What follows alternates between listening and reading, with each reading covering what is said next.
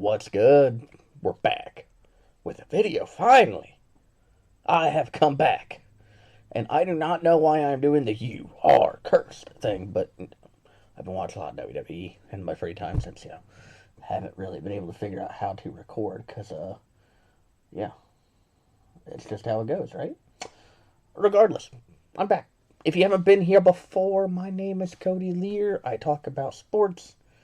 That's pretty much what I do. I have some idea for content as long as this lets me upload it anyway. That we'll be able to go over.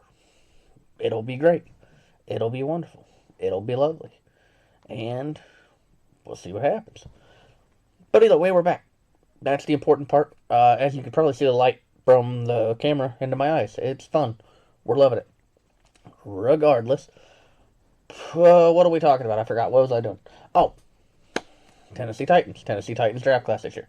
2026 Tennessee Titans draft class. We are going to go over it. I believe there's 9 picks. 9 picks, if I remember correctly. Let me use my brain. Let me check here. Let me check here. All right. Okay, I got 8. I got 8 picks. Okay. All right. Had to check my notes. Regardless, the 2026 draft is, completely over. Obviously, we have some stuff to go over from that because it was a very wild draft.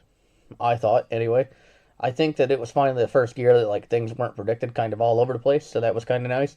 Yeah, it was pretty crazy. I thought there was some big moves that happened, some good moves that happened. I think that a lot of teams are going to end up being a little bit happy with their drafts. I saw a lot of good grades. A few teams obviously kind of went a weird way, but I guess that's just kind of how it goes. As I stare at my very weird chin, let's get right into it for the Tennessee Titans.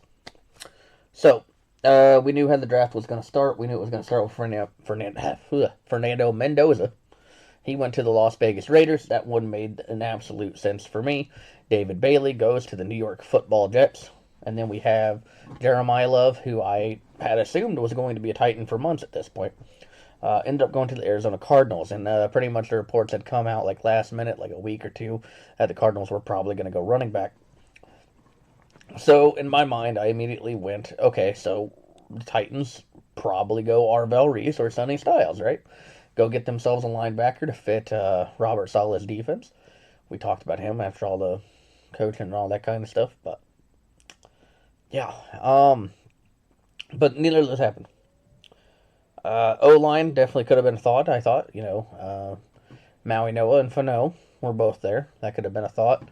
Corner, a little bit early for Delane, I thought, but that could also have been the move. They ended up going wide receiver with Carnell Tate. Okay, so right off the get-go, I'm a hater of the pick. And I probably shouldn't be. I'm trying to really convince myself that it's going to be a decent pick. Really, I thought it was a little early for 4.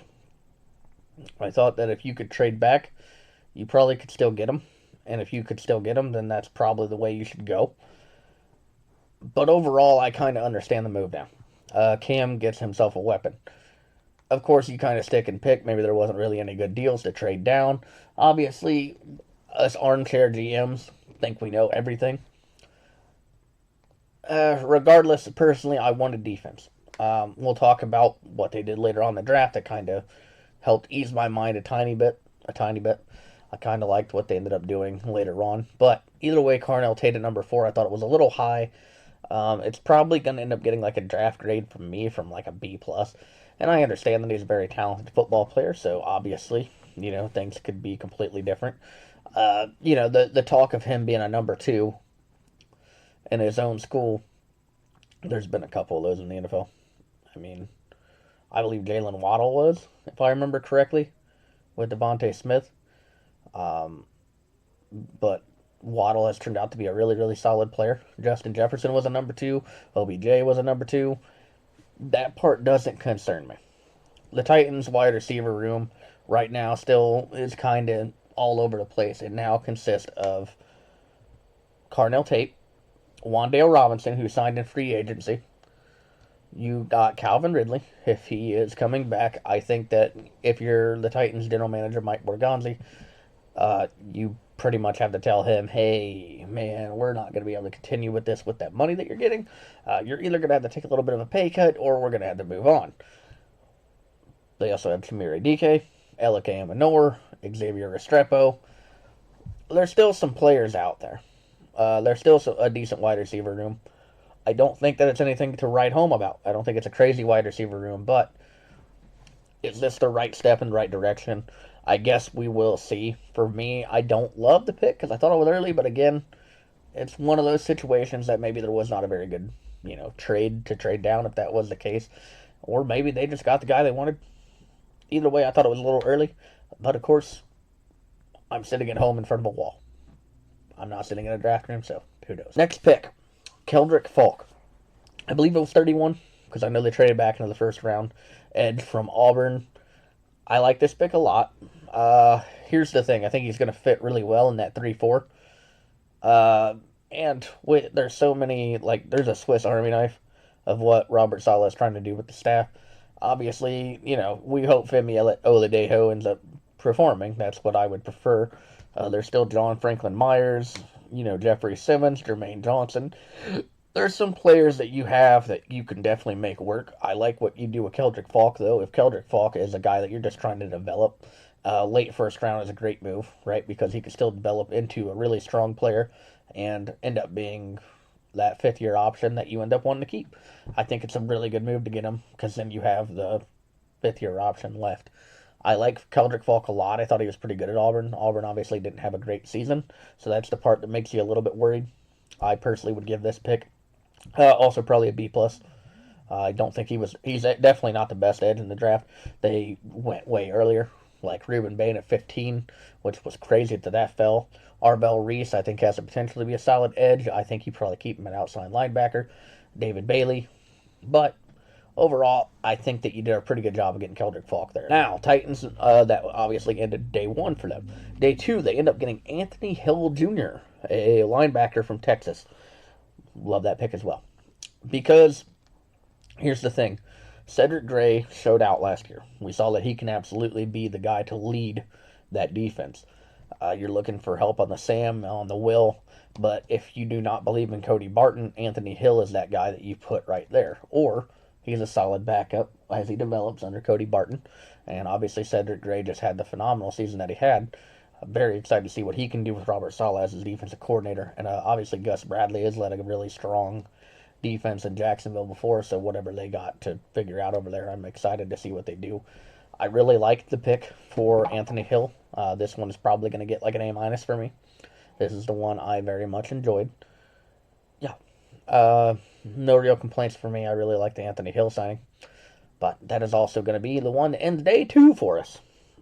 Well, you get the point. Day 3. I believe it was Fernando Carmona first, the guard. Yes.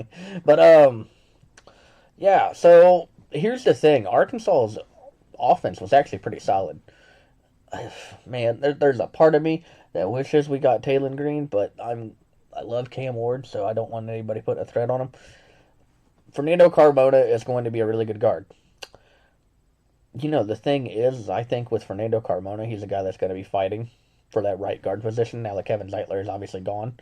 We know Peter Skoronski, they exercised his fifth-year option, so he will be back. Dan Moore, we're going to see how he does in year 2.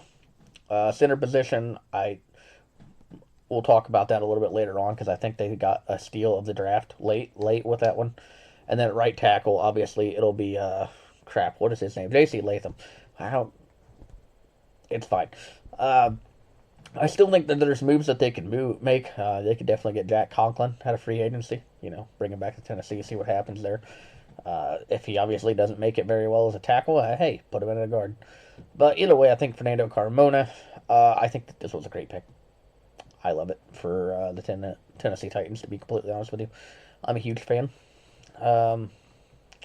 of this one a lot because you gotta protect the quarterback this year. And I hope that the O-line definitely does pan out because unfortunately you didn't tackle it until day 4. And the O-line definitely did improve at the end of the year, so I think that that's kind of where Borgonzi is looking like, okay, well, maybe we get a little bit of balance in here, get some good coaching in here, and it's completely fine. Either way, I think Fernando Carmona is a great pick there, so definitely a good pick there. Let's go about probably like an A minus. I'll pick Singleton, running back at Penn State. So when I thought Titans were going to get Jeremiah Love, I kind of had thought to myself, okay, well, Tony Pollard, I don't think that we need to move on from Tony Pollard. I don't think we need to move on. Which, of course, with Tajay, I think that it's probably time, to be completely honest with you. Unfortunately, as much as a great player as he is, he just cannot stay on the field. Nick Singleton, I think, fills his role now. If not, I mean, you have a complete battle for the second or third string running back, and there's nothing wrong with that at all either. So I think that you're happy. I think that you're happy with the move for sure. I like Nick Singleton as well. I think that he's going to be a very good downhill runner. Probably a guy you could put in at third down sets. Definitely a good kick returner as well. I think that he's definitely got potential to do all that. Overall, I don't think you're mad at all. It's a fifth round pick. You can't really complain about it. I'm going to go ahead and I'm going to give this one another B. I really like it. Now, we move into round 6 where we get the defensive tackle. I just want to make sure I have these all in order. The defensive tackle. Let me get your name right. Okay, see, I did get it right. It was Jackie Marshall, defensive tackle out of Baylor. So here's the thing with defensive tackles. There's not a lot of guys that you're going to expect to start if you're picking them all the way in round 6. I think so. There's a part of me that thinks that might not be the case anymore. Obviously, if you're a really good coach, you get these guys developed and do really well. It doesn't matter what round they go into. I mean, we've seen what Tom Brady could do.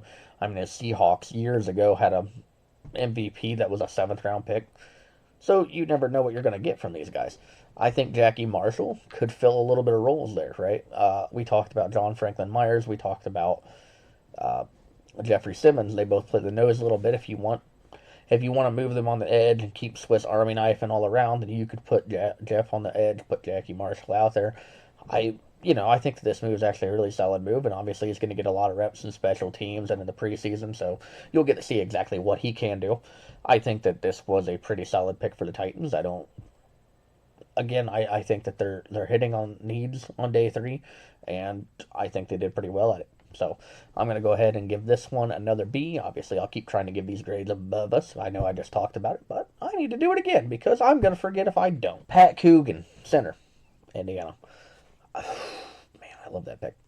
Man, I love that pick because I really think what Pat Coogan showed me is that he can hold up against a really, really good pass rush in the college football playoffs. Obviously, it's going to take a solid coaching staff to get him to the complete upper echelon. That's why he's a round 6 pick. I also just think that for some reason that he fell way too low than he should have. I do think he was a day 3 pick. I just don't know if he was a round 6 pick. But either way, I think the Titans are insanely happy to get Pat Coogan. I know I am, because I really think it's a guy that has the potential to start. Like, he did play really, really well for Indiana. Obviously, Indiana had a really good team this year. We saw a lot of drafted people from Indiana, so shout out to them. Omar Cooper as well. I believe Fernando Mendoza. I don't know, did the other one get drafted? He might have. I completely forget, to be honest with you. But, super, super happy for Pat Coogan. I really like that he fell into round 6 because falling to the Titans is insane. Yeah, I think I like that move a lot for them. It's probably an A minus for me. Again, tied in from Oklahoma, Jaron Kanak. Jaron Kanak is a blocking specialist. I think that's why he was drafted in round 7. Either way, Titans do need a little bit of depth at the tight end position. You got Daniel Bellinger. You have Gunnar Helm, who I do believe will be the starter. I don't believe Bellinger wins that starting tight end role. In fact, I think that's the reason you let Chig Okonkwo walk, which, of course, I mean, we'll see how he does in Washington. The last guy that went to Washington that was a Titans pass catcher, he ended up making an incredible grab and making me eat a lot of crow. Shout out Traylon Burks. Hopefully he does well in the rest of his career.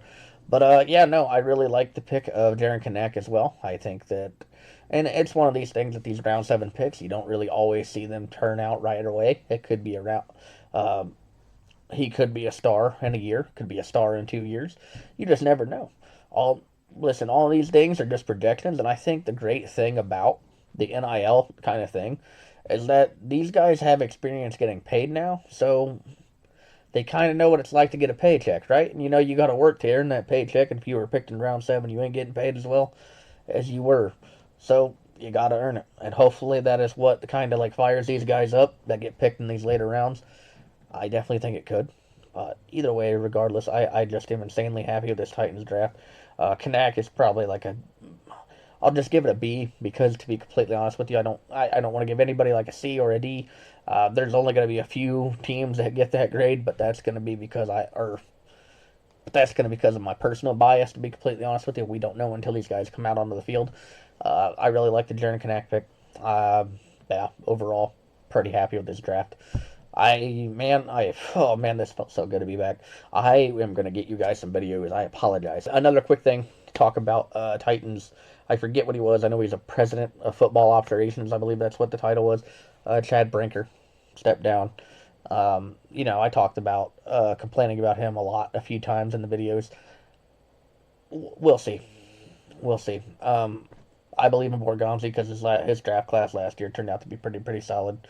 So we'll see how he does this year. I mean, DK, AM had some nice little spots. Obviously, the O-line did not know what it was doing at the beginning. I think that the coaching from Mike McCoy actually did end up helping those guys out. And if that's the case, good on him. That's what they needed to work on for sure. And we'll see. I don't have a lot of projections at the top of my head of what to expect from the Tennessee Titans, but it's been a long time since there's been a little positivity and hope for me. Because last year I had it heading into the season, and then obviously I should have known. But hey, we picked number 4, not number 1 this year. That's a positive. Regardless, guys, I do appreciate you for showing up. If you made it all the way to the end of the video, punch that like button in the face. Yeah, I don't know what everybody else is doing. Anyway, guys, I do appreciate you making it all the way to the end of the video. And if you do enjoy what I'm doing, please give a like, please give a comment, please give a subscribe. We'll see you all next video.